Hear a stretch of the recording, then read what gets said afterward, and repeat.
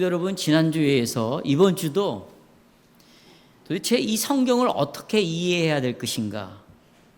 성경은 어떤 방식으로 흘러가고 있는가? 하나님은 어떻게 자기 자신을 교회를 통하여 알려주시는가? 이걸 좀 이해하는 데 초점을 좀 두었으면 좋겠습니다. 우리는 몇 주 전부터 두 번째 세상의 첫 교회에서 일어나는 아주 중대한 사건을 우리가 계속 살펴보았습니다. 함과 셈과 야벳의 행동을 하나님의 이 성소에서 일어난 아주 중요한 일이다. 그들이 행한 행동은 하나님의 성소에서 행한 행동이다. 지성소에서 벌어지는 일이다. 라는 이런 관점에서 우리가 그동안 살펴보면서, 그러면 교회에 이런 위기가 왔을 때 어떻게 교회를 세워가야 할 것인가, 어떻게 교회를 지켜가야 할 것인가에 대해서 우리가 교훈을 얻었습니다. 이제 우리는 본문의 마지막 부분에 이르게 되었습니다. 설교 본문에서 노아가 심판자로 등장을 하죠. 그리고는 자기 아들들에게 복과 저주를 선포함으로 또 다시 교회를 보존합니다. 교회를 보존합니다. 이 복과 저주를 선포해서 교회를 보존합니다. 또 앞으로 구원의 역사가 어떻게 펼쳐질 것인가, 이건 요한계시록까지를 이야기하고 있어요. 오늘 본문은 어디까지? 요한계시록까지. 어떻게 구원의 역사가 펼쳐질 것인가, 교회가 어떻게 보존될 것인가, 이것을 우리에게, 미래를 우리에게 말씀하고 있다. 이런 면에서 노아는 성령에 사로잡힌 아주 중요한 선지자의 역할을 했다, 것입니다.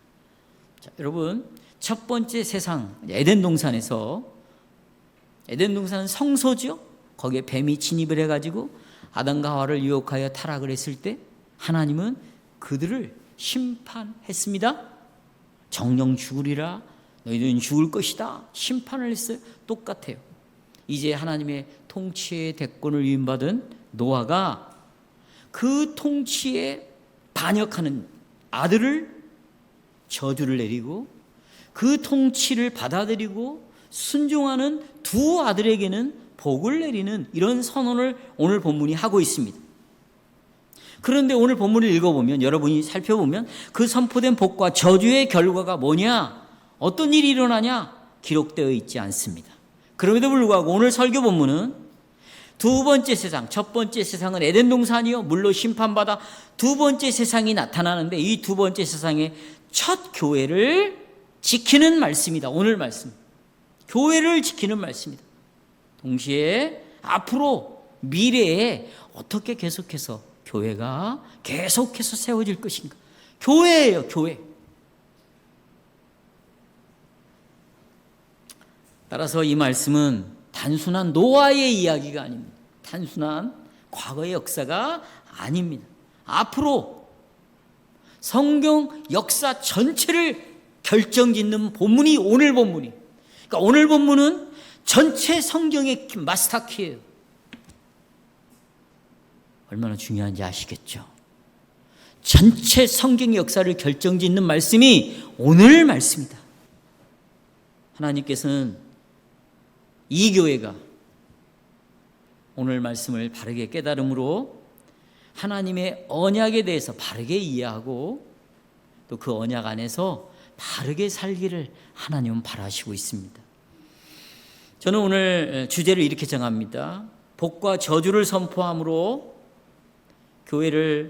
하나님의 교회를 지킨 선지자 노아, 이렇게 주제를 가지고 다음 두 가지 말씀을 전합니다. 첫째, 노아가 셈과 야벳에게 선포한 언약의 복은 어떤 복인가? 성도 여러분, 자, 우리 주변에 대부분이 노아의 예언, 노아의 이런 말씀을 바르게 이해하지 못하고 있는 것 같습니다. 그래서 어떤 분들은 이 예언을 백인과 흑인과 또 황인의 인종을 차별하는 그 근거로 이 성경을 사용하고 있다. 어디는 뭐 백인이고, 누구는 뭐 황인이고, 누구는 흑인이고, 아이고 망했네, 이런 설교는 큰일 날 설교예요. 이렇게 성경을 잘못 이해하고 해석을 하니까 역사상 어떤 일이 벌어졌어요? 흑인들을 노예로 삼는 것은 성경적이다. 이 본문을 가지고. 그래서 흑인을 노예로 삼는 일을 정당화시키는 일이 벌어졌어요. 여기에 대해서는 제가 더 이상 설명하고 싶지 않고 나중에 교회 역사를 공부를 하게 되면 자세히 그때 우리 이미 다루었고 또 이미 말씀을 드렸기 때문에 그냥 넘어가겠습니다. 그러나 오늘 본문을 어떤 관점에서 봐야 되냐면 우리는 교회론적 관점에서 봐야 된다. 교회를 이해해야 된다. 어떻게 해요? 노아가요 자기 아들들에게 지금 이렇게 복과 저주를 선포하는 것은 권징을 시행한 거예요. 따라서 하세요. 권징. 권징은 여러분 교회 직분자가 행하죠. 그러면 노예는 뭘까요? 노아는 직분자라는 말이죠. 그는 통치자예요. 그래서 노아는 교회에 여러분 죄가 발생이 됐습니다.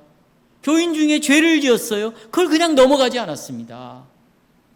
노아는 이제 권징을 시행하는데 자기 기분 따라 하는 게 아니죠. 어떻게?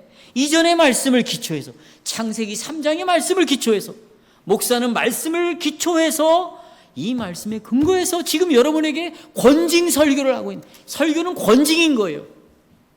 장로들은 이 말씀을 들은 말씀을 그대로 가지고 와서 성도들을 권징하는 거예요. 제가 여러 번 말했잖아요. 여러분 권징이라는 말은 혼내치고 매로 막 때린다, 쫓아낸다, 벌을 내린다 그런 단어가 아니에요. 디서플린이라는 단어는 가르치다 이런 말이고요. 그 가르침의 내용은 무엇과 똑같냐면 여러분 요한복음 15장에 나오는 잃어버린 한 마리의 양을 찾기 위하여 떠나는 그 목자, 이게 권징이에요. 잃어버린 양을 끝까지 가서 말씀으로 찾아내는 것, 이게 뭐라고요? 그러면 권징은 저주일까요? 사랑일까요? 사랑이에요. 함과 가나안에게 내린 저주도 사랑이에요. 여러분 그게 복음이에요. 오늘 놀라운 말씀이에요. 교회론적 관점에서. 그래서요 노아는 이런 방식으로 왕의 사역을 잘 감당했습니다. 자, 본문은 직접적으로 창세기 3장과 연결이 되어 있는데 창세기 3장에서 하나님께서는 에덴 동산에서 범죄한 뱀, 아담, 하와를 찾아오셨죠. 그리고 어떻게? 저주를 선포합니다. 근데 이 저주를 선포하는 건 장난이 아니에요. 개념, 관념이 아니에요. 이론이 아니에요. 아주 실제적인 사건이에요. 그리고 동시에 이건 역사적으로 일어난 사건이죠. 그렇죠? 특별히 하나님께서 뱀을 저주했습니다. 그때 어떤 일이 벌어져요? 뱀과 여자, 그 다음 뱀의 후손과 누구의 후손? 여자의 후손이 나눠지죠. 같이 있었는데 이게 나눠지고요. 두 계열 사이에 이제 앞으로 계속해서 전쟁이 일어날 것이다라고 하나님이 선언합니다. 그리고 이 전쟁은 최종적으로 여인의 후손이 뱀의 머리를 어떻게 파셔버린다 라는 최종적인 승리를 하나님이 선포하시죠. 그래서 여러분 그 이후에 보세요. 이게 역사적인 사건이라고 말하니 이 예언의 역사 속에서 일어나는 이 이후에 교회의 역사는 여인의 후손과 뱀의 후손 사이에 계속 전쟁이 일어나는 거예요. 지금도 그래요. 교회 안에. 여러분 이 교회 안에 이 교회의 전쟁은요 저 세상 사람과 전쟁이 아니에요. 에덴 동산은 교회였죠. 교회 안에 뱀이 있었어요. 교회 안에서 일어나는 거예요. 그러니까 교회 안에 뱀의 자손이 있는 거고 교회 안에 여인의 후손이 있는 겁니다. 우리는 그동안에 여인의 뱀의 후손은 세상 직장 그들은 우리의 싸움의 대상이 아니에요. 교회 안에서 일어나고 지금 교회 안에서. 그래서 자 뱀의 후손과 싸우는데 여인의 이 아담과 하와는요 하나님께서 주신 저주를 받았어요. 너 정령 죽으리라. 죽음을 어떻게 그대로 받아들입니다. 이게 믿음이에요. 저주를 받아들이는 게 복음이에요. 저주를 뭐 하라고요? 받아들이라는 거예요. 그리고는 그걸 받아들이고 이제 하나님이 약속하신 믿음을 따라 교회를 이뤄나간 거예요. 우리는 복만 복음이라고 생각하고 저주는 복음이 아니라고 생각한. 이제 창세기 3장에서 에덴 성소에서 하나님께서 하신 것처럼 통치의 대권자인 노아는요, 선지자로서 이제 복과 저주를 선포하죠. 노아는 셈과 야벳에게 어떻게 복을 주시고 또 이 함과 가나안에게 뭘 저주를 내리시죠. 그래서 이 내용이 지금 우리가 9장을 보고 있는데 이 논리를 잘 따라오셔야. 창세기 10장에 셈, 함, 야벳의 족보가 나오는 거예요. 누가 누구를 낳고 이야기의 인물들이 쭉 나오는데 이건 놀라운 내용이 이 10장에 담겨져 있어요. 이 이름 속에 다 담겨져 있는 거예요. 제가 다는 못 찾고 중요 인물만 찾아볼 거예요. 오늘 10장에는 족보가 쭉 이 세 사람의 족보가 나와 있어요. 이 예언은, 이 족보는, 이 계보는 예언인데 세 아들들과 그 후손들이 앞으로 언약 안에서, 장막 안에서, 다시 말하면 교회 안에서 어떤 방식으로 존재를 할 것인가. 자, 가나안을 대표하는 함은 종의 방식으로, 종의 형태로, 또 셈은 통치자의 형태로, 그리고 야벳은 창백해 되어가지고 셈의 장막에 거하는 방식으로, 이런 방식으로 하나는 종, 하나는 통치자, 하나는 그냥 평민, 그냥 일반 하나님의 백성으로 이런 방식으로 존재를 할 것이다. 이거 예언을 해놓는 거죠. 그래서 본문은 오늘 본문은 창세기 3장에서 다시 돌아옵니다. 여자의 후손과 뱀의 후손으로 나눠지죠. 가인이 아벨을 죽임으로, 가인이 아벨을 죽였어요. 그래서 가인이 저주를 받은 이후에 아벨 대신에 셋을 줌으로 가인의 계열과 셋 계열이 어떻게 나눠지죠. 근데 이제 10장, 오늘 창세기 10장의 이 족보를 통해서 예언되는 것은 두 종류로 나눠지는 거예요. 사람은 세 사람인데 계열은 두 종류로. 하나는 통치자, 또 하나는 뭐? 종. 이렇게 나눠지는 거 어렵지 않아요. 나눠집니다. 바로 이런 문맥에서 노아는 두 번째 세상에서 첫 번째 교회, 그 노아의 장막에서 일어난 이 엄청난 무서운 사건, 이 교회에 흠집을 낸 사건은요 어마어마한 사건이에요. 왜냐하면 포도원이 이스라엘 백성이고 그 이스라엘 백성들은 교회를 상징한다고 성경에서 찾아봤잖아요. 그렇죠? 네. 이 사건을 해결하는 방식이 뭐냐? 이 새 세상에게 복과 저주를 선언합니다. 그러니까 여러분 구약의 시대의 교회는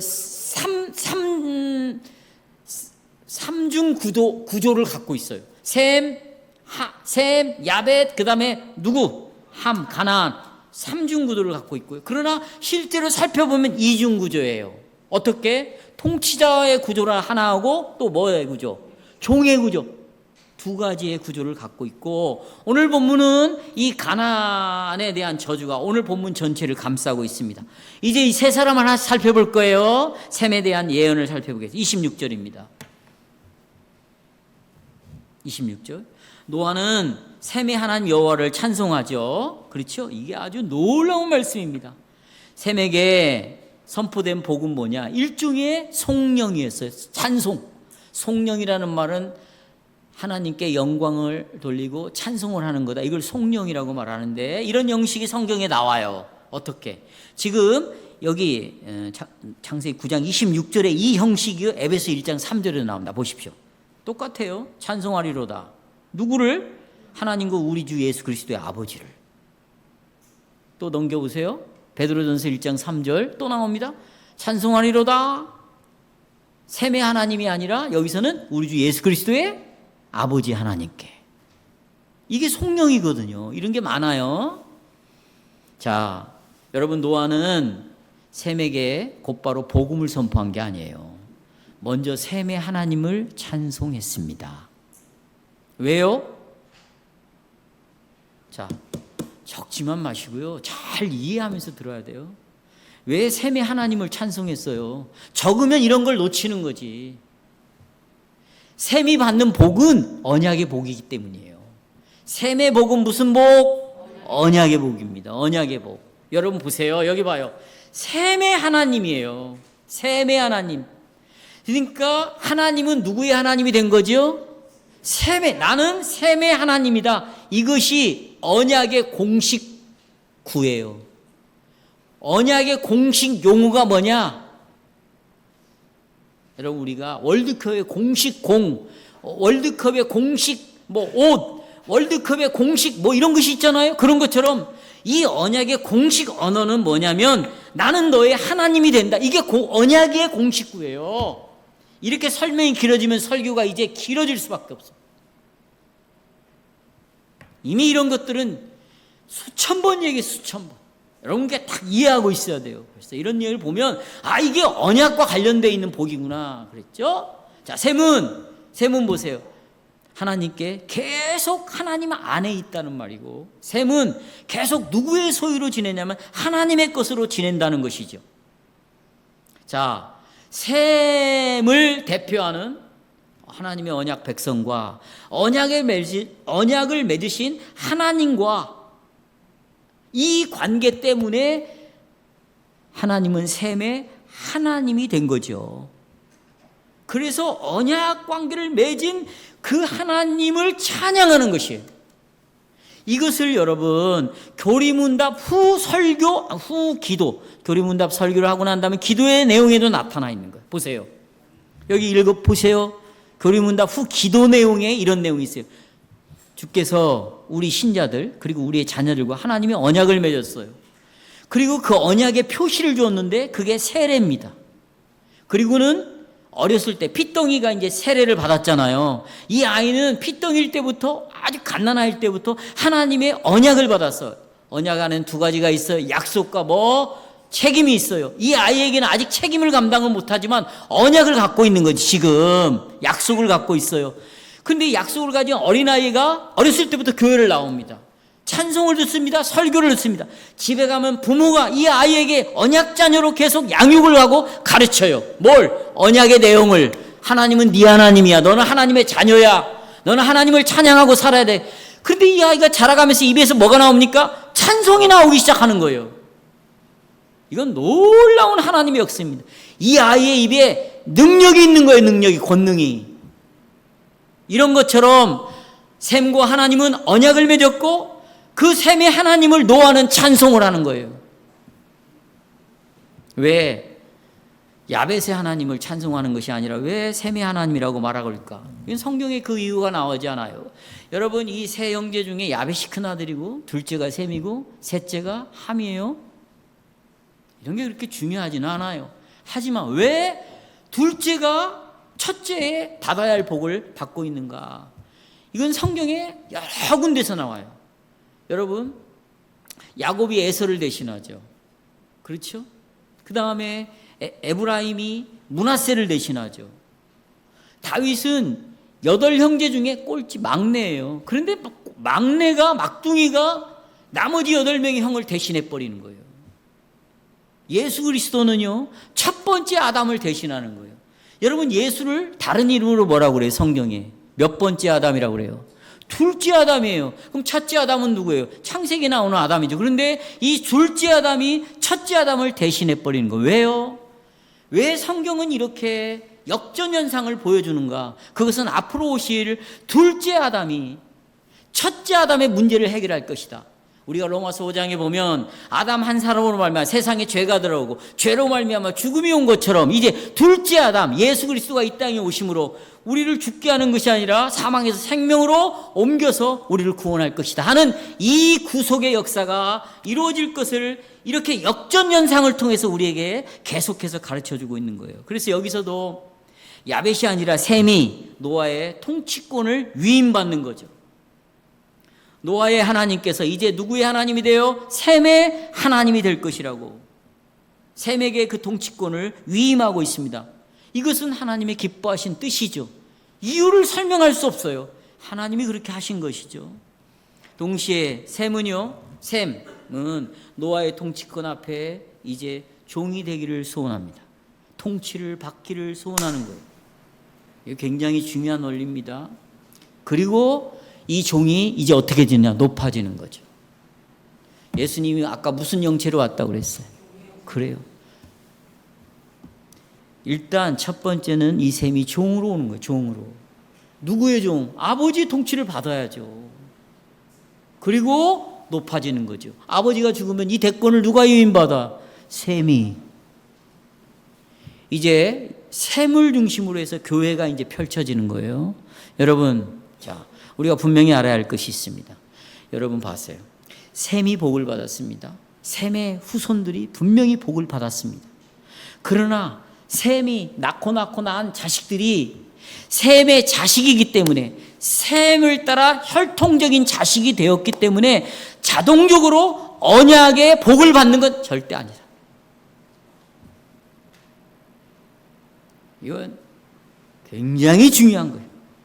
언약의 복과 저주는요, 하나님이 우리에게 주신 이 언약의 복을 나는 정말 순종함으로 받아들이고 있는가? 다시 말하면 하나님이 언약을 통해서 나에게 약속하신 이 말씀을 나는 진심으로 믿고 있는가? 이걸 오후에 교리 설교에서도 아주 분명하게 여러분에게 설교를 할 텐데, 이런 자들만이 언약 백성이 되는 것이에요. 실제 역사 속에서 잘 들어보세요. 셈의 계보에 속한 셈의 후손들은 대부분 언약의 복을 다 거부해. 성경을 그러니까 제대로 읽어보셔야 돼요. 그래서요, 언약 밖으로 다 쫓겨납니다. 언약의 복은 그 복을 진심으로 믿음으로 받아들이는 자들에게만 복이 될 수 있는 것입니다. 그런데 이 셈의 후손들이요, 어떤 일이 벌어진지 알아요? 함의 첫 번째 아들이 구스라는 아들이에요. 구스. 그리고 가나안은 네 번째 막둥이거든요. 근데 첫 번째 아들이 낳은 니므롯이라는 놈이 있어요. 이놈이 힘이 용사예요, 용사. 이런 힘을 가진 사람이 없어요. 그래서 이 힘으로 말이죠, 모든 백성들을 막 누르는 거지. 여기에 누가 굴복하냐? 셈의 후손들이 다 난 네 속으로 들어갈게. 네가 우리 통치자다. 그리고 노아의 예언을 말이죠, 어떻게? 마치 에서가 팥죽 한 그릇 장자파는 것처럼 다 팔아버리는 거죠. 이런 일들이 벌어지는데, 이게 여러분 한 5대에 걸쳐서 이런 암흑기가 생기는 것이에요. 5대. 자, 보십시오. 창세기 10장 25절, 이 암흑기를 설명하는 건데요. 여기 에벨은요, 셈의 자손이에요. 두 아들을 낳았어요. 하나의 이름은 벨렉이래요. 그때 세상이 어떻게 됐대? 나누어졌어요. 벨렉의 아우의 이름은 욕단이에요. 어떻게, 그러면서 이제 11장 8절 9절로 오면 어떻게 나누어졌냐, 세상이. 여호와께서 거기서 그들을, 이 셈의 후손들을 가리키는, 그때 그들을 온 시베네에 흩으셨으므로 그들이 도시를 건설하기를 그쳤더라. 그러므로 그 이름을 바벨이라 하니 이는 여호와께서 거기서 온 땅의 언어를 혼잡케 하셨습니다. 여호와께서 거기서 그들을 온 시베네에 흩었더라. 이런 저주를 셈의 후손들이 받는 거지. 셈의 후손 전체가 4, 5세 세대 동안 하나님을 배반합니다. 그리고 우상을 섬깁니다. 그리고 셈의 자손들이 악에 빠져버려요. 그러니까 보세요. 노아가 셈에게 한 축복이 사라지는 것처럼 보여요, 여러분. 이거 중요해요. 없어지는 것처럼 보여. 그런데 셈의 후손 가운데 하나님은 한 사람을 불러냅니다. 그게 아브라함이에요. 할렐루야. 아브라함을, 이 불순종하고 우상을 섬기고 하나님을 대적하는 그 속에서 아브라함을 불러내서 새로운 교회를 세우시는 거예요. 셈의 하나님께서 바로 아브라함아 갈대아 우르를 떠나라. 이보세요, 언약을 맺습니다. 나는 네 하나님이고 넌 내 백성이야. 그리고 말씀하세요. 그가 아브라함은 하나님이 말씀하신 이 말씀을 어떻게? 믿음으로 순종하는 거예요. 바로 이 순종하는 아브라함을 언약 안으로 들어버리는 거예요. 그리고 새로운 세상이 시작되죠. 그래서 여러분, 하나님께서는 이제 아브라함과 새로운 언약을 갱신하는 거예요. 이 셈과 맺은 언약이 깨졌어. 죄악으로. 다시 그 속에서 아브라함을 불러내 다시 언약을 회복시키는 거예요. 갱신. 여러분, 면허증 갱신, 주민등록 갱신하는 거예요. 다시. 오늘 여러분 예배는 그동안 일주일 동안 언약을 깨트린 이 죄악을 회개하고 다시 하나님과 언약을 다시 새롭게 맺는 거예요. 예수 그리스도 안에서. 아멘. 그런데 한 번 뭐면 뭐 계속 구원받고 뭐 어쩌다냐 저쩌다냐 이런 일은 없어요. 그래서 이제 아브라함의 하나님이 누구의 하나님이 되고 야곱의 하나님이 되고 야곱의 하나님이 또 누구의 하나님이 되고 이삭의 하나님이 되고 계속 언약이 유지가 되는 거죠. 여러분 그러다가요.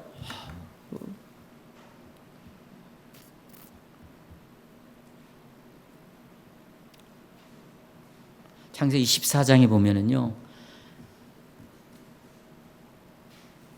엘람이라는 사람이 나오거든요. 이 엘람이 누구냐면 셈의 장자예요. 제가 지금 셈의 역사를 보여주는 거예요. 엘람이 셈의 장자인데요. 언약을 완전히 배신을 하고요. 어디를 쳐들어가냐면 소돔과 고모라를 쳐들어가. 거기에 누가 있어요? 셈족인 셈의 후손인 누가 있어요?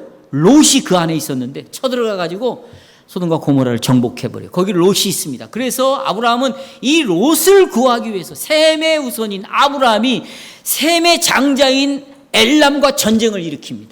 이게 그러니까 뭐냐면 교회가 전쟁을 하는 거죠. 누구하고? 같은 편끼리. 셈족 안에서. 왜? 하나님의 언약을 거부했기 때문에. 누가? 셈의 큰아들이. 자 보세요. 이스마엘도 똑같아요. 언약을 거부하고 언약 밖으로 나갑니다. 에서 언약을 거부합니다. 모압, 암몬 다 언약을 거부합니다. 이스라엘 백성 보세요. 언약을 맺은 백성이요. 그들을 출애굽시켜서 난 너의 하나님 너는 내 백성 언약을 맺습니다. 그런데 이스라엘 백성들이 이 언약의 복을 거부할 때 심판을 받습니다. 어디에서? 광야에서. 그래서 이스라엘 백성들 중에 20세 이상은 다 죽고 이 언약을 믿음으로 받아들인 누구? 여호수아와 갈렙 딱 두 사람만 가나안 땅에 들어가는 거예요. 이스라엘 백성들이 언약을 불순종할 때 바벨론 포로로 끌려가는. 김영길 형제 적지 말고 나를 보고 이해하라고. 자기 혼자 생각하지 말고.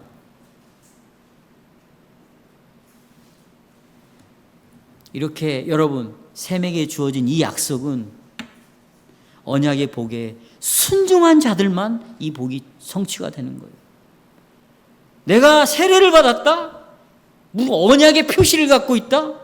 내가 오늘 예배를 드렸다? 이 복음을 들었다? 그렇다고 여러분이 언약의 복이 이어지는 것이 아니에요. 이 말씀 앞에 여러분이 믿음으로 반응을 해야 이 언약의 복이 여러분에게 이루어지는 것이지, 그렇지 않으면 여러분 저주받은, 평생에 저주받은 종처럼 살아가는 거예요. 이 세상의 종이 돼가지고 근심과 걱정 속에서 전혀 즐거움과 기쁨이 없이 하나님을 엔조이하지 못하고 살아가는 거예요. 이런 사람들이 수두룩하는 거예요. 교회 안에. 자 이제 보세요. 셈의 계보가 예수 그리스도까지 이어집니다. 예수님은요 언약의 복에 완전히 온전히 순종하신 분이에요. 그래서 셈에게 주어진 이 약속을 성취하셨습니다. 그래서 이제 보세요. 셈의 하나님이 누구의 하나님이 되는 줄 알아요? 예수 그리스도의 하나님이 되십니다. 셈의 하나님이 누구의 하나님? 자 고린도후서 1장 3절에 나와요. 보세요. 찬송하리로다. 그는 우리 주 예수 그리스도의 누구다.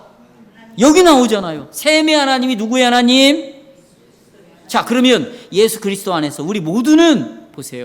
우리 모두는 셈의 자손이에요. 그리고 아브라함의 자손이에요.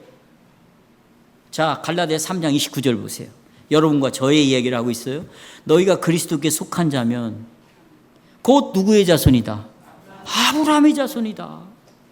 여러분 성도 여러분, 우리는 이미 창세전부터 여러분 셈의 계보에 있어서 셈의 계보에 속한 자들이요. 셈의 하나님이 고린도후서 1장 3절에서 예수 그리스도의 하나님이 되었어요. 그리스도 안에 있는 우리들에게는 예수 그리스도의 하나님이 이제 누구의 하나님이 되었어요? 우리의 하나님이 된 거. 우리의 하나님. 자 갈라디아서 1장 3절. 자 크게 읽어보겠습니다. 시작. 거기까지만. 이제 하나님은 우리의 아버지가 됐다는 거예요. 우리의 하나님이 됐다는 거예요. 그러나 여러분 예수 그리스도 안에 있다고 말하는 여러분과 저도 언약의 복으로 받아들이지 않는다. 그러면 복으로 받아들이지 않는다면 뭐예요? 하나님의 말씀에 통치를 받지 않으면, 이 식구들이 노아의 통치를 받지 않았어요. 셈의 통치를 받지 않았어요. 이 말씀의 통치를 받지 않는 자라면 하나님은 더 이상 내 하나님이 될 수가 없어요. 하나님은 내 하나님이 된다 못 된다? 될 수 없다. 우리도 이 언약의 복, 이 교회 안에 거하는 복, 하나님이 자기 백성들에게 기업으로 교회를 주셨어요. 기업으로 뭘 줬다고요? 여러분, 하나님이 우리에게 준 기업, 유업, 상속 받는 기업은 돈이 아니에요. 땅이 아니에요. 교회를 기업으로 받는 거예요. 이 교회를. 그런데 이 교회를 무시한다. 교회를 거부한다. 언약의 심판을 당하게 된다는 것이에요. 그래서 으뜸이 되고자 하는 자는 먼저, 예수님 아까 그랬어요. 종이 되라. 교회에서 예수님처럼 머리 노릇하는 거죠. 누구의 통치도 받지 않아. 자기가 머리야. 자기가 생각하는 것이 그게 머리야, 머리. 자기 때 식대로 예수를 믿는다. 어떻게 되겠어요? 큰일 나죠. 그러면 안 돼요. 이제 야벳을 찾아보겠어요. 27절 같이 읽겠습니다. 시작. 하나님이 야벳을 창대하게 하사 셈의 장막에 거하게 하시고 가나안은 그의 종이 된다. 여러분, 이 야벳의 이름은 크게 하다 이런 뜻인데, 핵심은 뭐냐면 셈에 포함되어 가지고 살아가는 거예요. 셈의 장막 안으로 들어와서. 자, 창세기 10장에 야벳의 창대케 됨을 기록하고 있는데, 창세기 10장 5절 어떻게 창대하냐? 이들로부터 여러 나라 백성이 나뉘어서, 이 야벳을 통해서 이제 여러 나라 백성이 나누, 각기 방언과 종족과 나라대로 바닷가에 땅에 머문대. 이게 섬을 만드는 거예요. 섬. 그래서 여러분, 섬 지역인 유럽 사람들, 백인을 뭐라고 말해? 여기에 해당한다고 말해. 이것은 이상한 해석이죠. 그런데 이 야벳의 계보는 셈의 계보에 흡수돼요. 근데 성경에는 이 야벳에 대해서 그렇게 자세하게 나오지 않아요.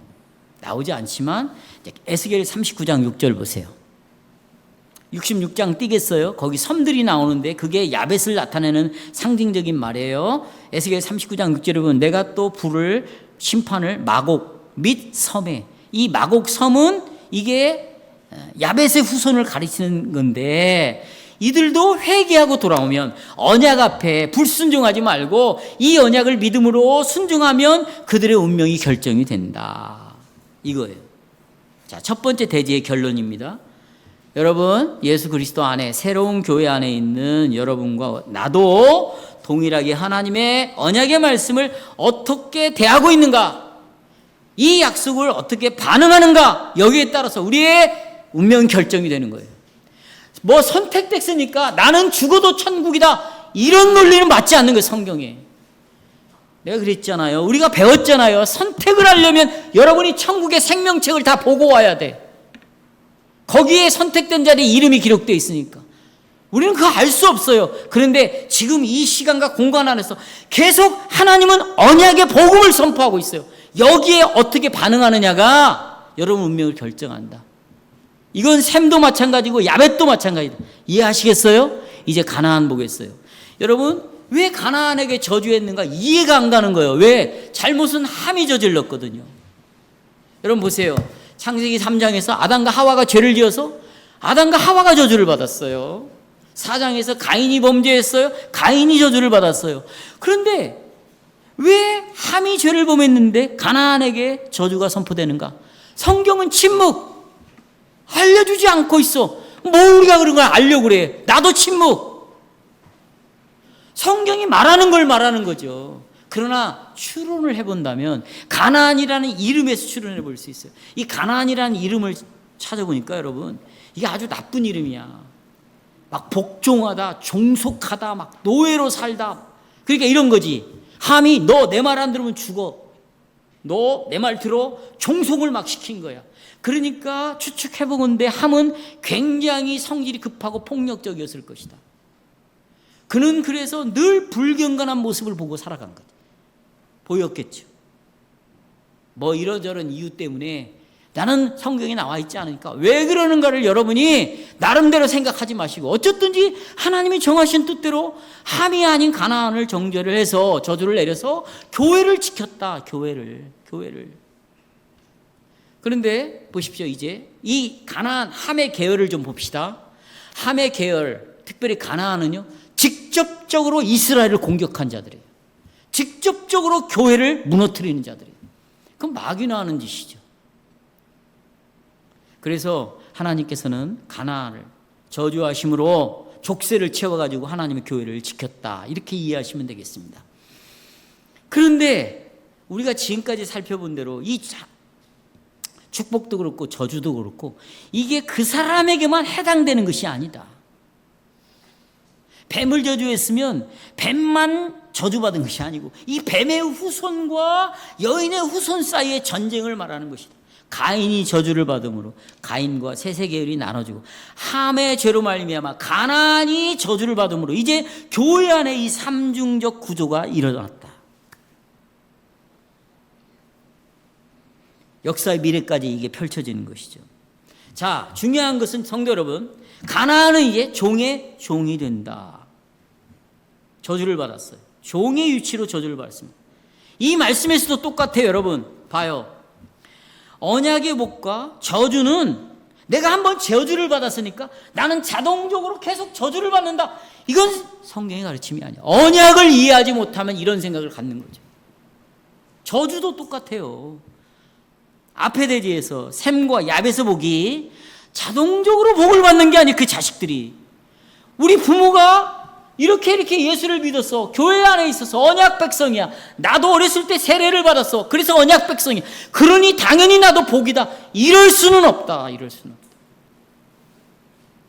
지금 내가 이 약속 앞에 어떤 반응을 보이냐? 저주를 받았지만 저주의 자식으로서 나는 그러면 어떻게 반응을 보일 것이냐? 자, 가나안이 받은 저주는 여러분 종의 종이 된다는 거죠. 이 말은 뭐예요? 종의 종이니까 아주 가장 천한 종이 된다는 말이에요. 이 말은 가나안의 후손들이 그러면 천한 종이 되는데, 그러면 이 말씀 앞에 너는 종의 종이 된다는 이 말씀 앞에 이 가나안과 가나안의 후손들은 어떻게 반응하느냐에 따라서 이 하나님의 저주가 심판이 될 수 있고 이 저주가 복음이 될 수 있어요. 이 저주가 뭐가 되고 심판이 되고, 저주가 뭐가 된다? 복음이 된다. 그래, 이런 거죠. 여러분 보세요. 가나안의 족속들이 종의 종이 된다는 저주를 믿음으로 받는 거예요. 믿음으로. 이건 하나님의 심판이다. 누구도 이걸 바꿀 수가 없다. 하나님과의 관계 속에 있기 때문에 내가 아무리 주인 노릇한다고 해도 결론은 뭘로 돌아가네? 다시 종으로. 여러분, 하나님이 내린 저주를요, 내가 아무리 노력해서 바꾼다고 해도 또 다른 삶 속에서 저주가 또 일어나는 거예요. 내가 이 문제가 힘들었는데 이게 풀었어. 근데 또 다른 곳에서 또 저주의 사건이 또 생기는 거야. 왜 그런 줄 아세요? 이 하나님으로부터 온 저주는 내가 어찌할 길이 있다 없다. 그런데요, 자기가 하겠다는 거야. 다들 내가 좋은 직장 들어가서 바꾸겠다는 거고, 뭐 이렇게 해서 바꾸겠다는 거예요. 이 저주를 바꾸는 것은요, 이 저주를 믿음으로 복음으로 받아들이는 거예요. 그래, 하나님은 나에게 이걸 주셨다. 받는 거지요. 아멘. 받아야 해요. 받아들일 때 보세요. 언약 안에서 이제 어떤 일이 벌어지냐면 놀라운 일이 벌어집니다. 놀라운 일이 벌어져요.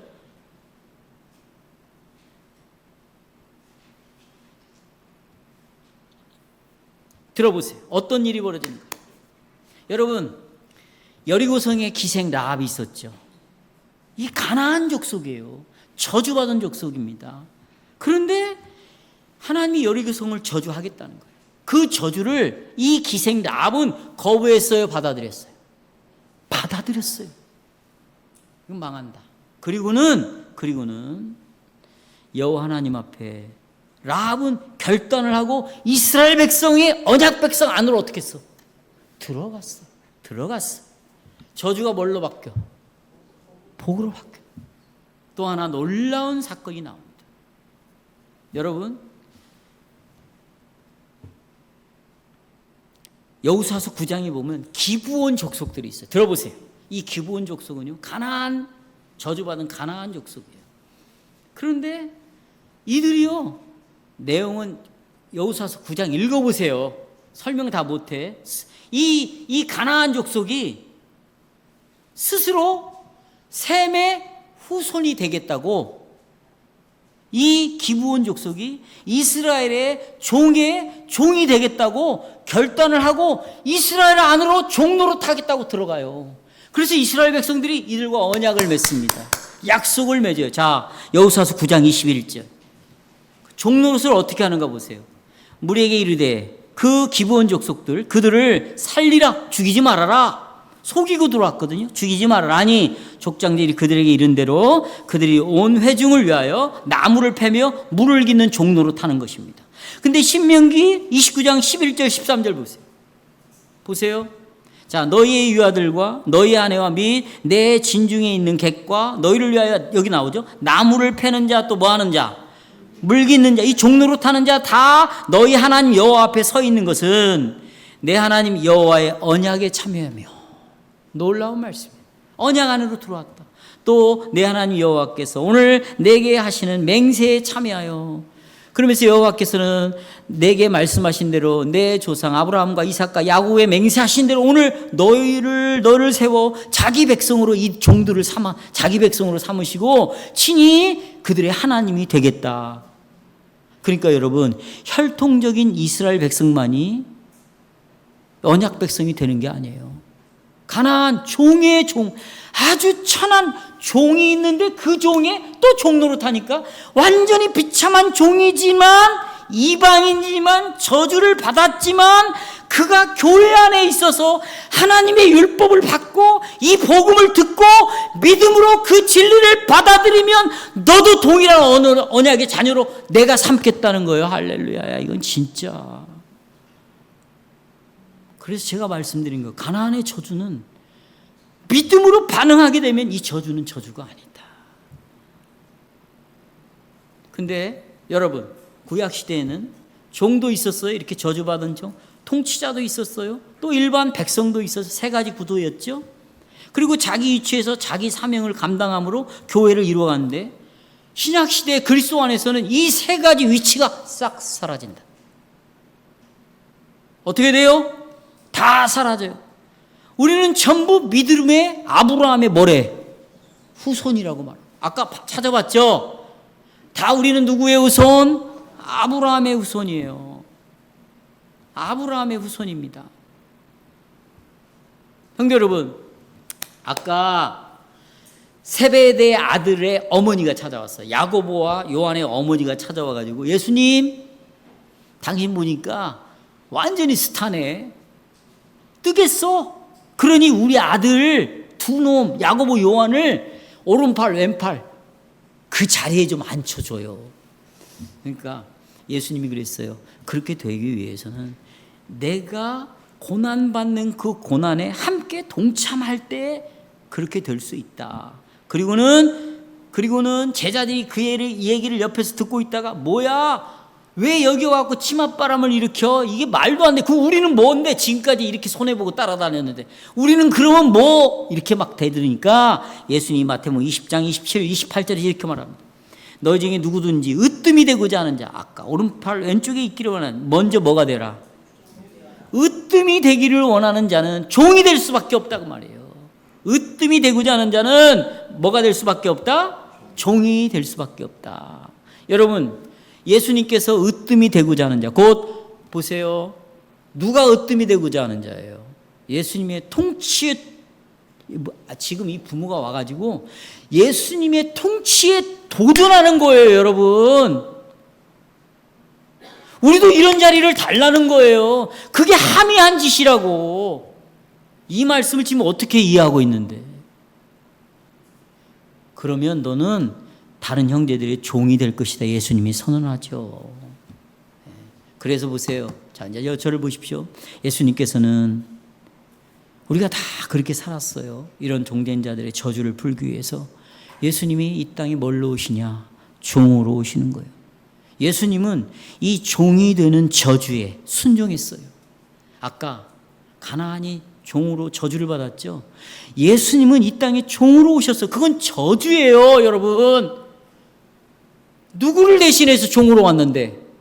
여러분과 저를 대신해서, 가나안을 대신해서. 우리는 다 저주받은 자라고요. 다 종로로 타는 자들이지. 그렇지요? 이런 자들을 위해서 예수님은 자기 목숨을 내어주시고 복종하셨어요. 예수님께서는 모든 저주받은 자들의 저주를 풀어주셨어요. 그 저주에서 해방시켜 주셨어요. 자기 자신을 대성물로 드렸어요. 부활하셨어요. 그리고는 종이 되신 예수님이 부활하심을 통해서 뭘로 등장합니까? 왕으로 등장하는 거예요. 뭘로요? 왕으로 등장하는 거예요. 자, 빌립보서 2장 7절 9절. 오히려 자기를 비워 종의 형체를 가져 사람과 같이 되었어요. 이게 저주를 받은 자로 이 땅에 오신 거라고. 어떻게 하나님이 여러분 사람으로 오냐고요? 그것은 사람이 하나님 앞에 저주받을 자이기 때문에 예수님도 그 저주받을 자의 자리에 오시는 거죠. 그 종의 형체를 가지고 오셨어요. 죽기까지 복종했어요. 그랬더니 마지막 이름으로 하나님께서 그를 지극히 높여 이름 위에 뛰어난 뭘 줬다. 왕의 자리에 앉혔다. 그러므로 사도 바울은 이제 우리는 그리스도 안에서 우리도 저주받은 종이 아니라 아들이 되어가지고 우리도 예수님과 함께 무슨 노릇? 그래서 우리를 따라서 왕 같은 제사장. 그러니까 여러분 이제는 보세요. 그리스도 안에서는 셈, 함, 야벳 구분이 없어졌어요. 더 이상 저주받은 가나안도 없어요. 셈도 야벳도 없어요. 우리는 그리스도 안에서 모두가 다 같은 형제들이에요. 모두가 다 하나님의 아들들이에요. 단 차이는 뭐냐? 이 교회의 사도들이 우리에게 복음을 전해주었어요. 이 말씀을 주심으로 이 성도들이 이 말씀의 통치 앞에 순종하는 여러분들이 되도록 부르셨어요. 이 말씀 앞에. 그렇죠? 그러니까 말씀 앞에 믿음으로 말씀을 받아들이냐 순종하느냐 달렸어요 지금. 그래서 교회에 말씀을 전하는 장로를 주었고, 저는 그래서 목사는 말씀을 전하는 장로고, 말씀을 가지고 신방을 하고 다스리는 장로를 주심으로 교회의 머리 대신 그리스도의 통치가 드러나게 하셨어요. 그러니까 예수님의 왕노릇, 셈의 통치는 왕노릇 하는 것은 바로 말씀을 전하는 목사의 이 복음의 설교, 그 다음에 장로들의 말씀을 가지고 살피는 이것으로 여러분이 하나님을 왕으로 모시느냐 안 모시느냐가 결정이 되는 거라고. 목사와 장로가 특별한 사람이기 때문에 목사와 장로의 통치를 받으라는 게 아니에요. 목사가 가지고 있는 이 복음, 이 말씀, 그리고 장로들이 이 말씀으로 성도를 살피는 그 말씀 때문에 목사와 장로를 하나님이 그 자리에 세우신 거예요. 여러분 보세요. 교회에 직분자가 없이는 교회는 존재할 수 없어요. 직분자를 무시하고 교회 생활은 불가능해요. 그건 성경을 다시 자기가 쓰는 사람하고 똑같아. 왜냐하면 이 교회의 직분자는 교회의 종도 아니에요. 여러분의 종이 아니에요. 여러분을 대변하는 자도 아니에요. 뭐 여러분에게 기분이나 맞춰준 자가 직분자가 아니에요. 이 직분자는 누구의 종일까? 그리스도의 종이에요. 오직 그리스도께 세우신 종이에요. 그러면 그리스도가 세운 종은 그리스도가 우리에게 준 그 말씀을 가지고 있어야 진짜 종이 되는 거예요. 그래서 사도 바울이 뭐라고 하는지 아세요? 이 말씀을 전하고 이 말씀을 가지고 너희를 살피는 자에게 복종하고 순종하라고 여러 군데서 말하고 있어요. 왜? 이 권위를 세운 건 그리스도이니까. 물론 우리가 완전하다는 게 아니에요. 부족해요. 그래서 목사와 장로는 늘 말씀 앞에 서서 자기를 돌아보고 회개하고 돌아오고 회개하고. 그래서 여러분 장로회 당회에서도 늘 서로 권징을 주고받는 거예요. 늘 회개하죠. 따라서 오늘 여전히 보세요. 결론입니다. 교회 안에서 말씀을 우습게 알고 말씀을 듣고 말씀 없이 살아가고 말씀보다 더 높아지려고 하는 자는, 으뜸이 되고자 하는 자는 반드시 심판을 받는데 가나안의 저주가 바로 그 심령에도 동일하게 내려주는, 너는 종이 될 것이다. 비참하게 살아갈 것이다. 그러나 이 언약의 복음의 말씀을 듣고 자기를 살피고 이 복음 앞에 믿음으로 자기를 드릴 때 하나님은 내가 아무리 어떤 자리에 있고 어떤 비참한 자리에 있어도 거기서도 하나님은 언약의 복을 내리신다. 그래서 여러분, 교회 안에서 말씀의 통치가 도전이 되어지면, 도전을 받게 되면, 통치에 누군가가 도전을 하게 되면 직분자를 통해서 정당하게 권징을 시행하는 거예요. 권징. 왜? 여러분을 살리고 싶어서. 자, 우리는 그동안에 첫 번째 세상의 첫 교회에서 일어난 노아의 사역과 안식을 살펴봤습니다. 또 노아의 예언, 복과 언약의 복과 저주의 예언의 말씀을 드렸습니다. 이 말씀은 이제 오늘 우리에게 거울이 됩니다. 하나님은 이 땅에 교회라는 아름다운 도성을, 지금 현재 주소를 가지고 있는 눈에 보이는 이 땅에 아름다운 도성, 거룩한 성 예루살렘을 건설했습니다. 여러분, 이 도성 안에 다 들어와 있습니다. 그러면 우리는 이제 보세요. 언약의 방식대로 하나님을 섬기고 언약의 방식대로 이 교회를 이루어 가야 합니다. 그래야 우리가 언약의 복을 누립니다. 그래서 빌립보서 2장 12절에 이렇게 말합니다. 읽고 마치겠습니다. 같이 크게 시작. 나의 사랑하는 자들아, 항상 복종하여 어떻게 두렵고 떨림으로 무엇을? 너희 구원을 이루라. 아멘.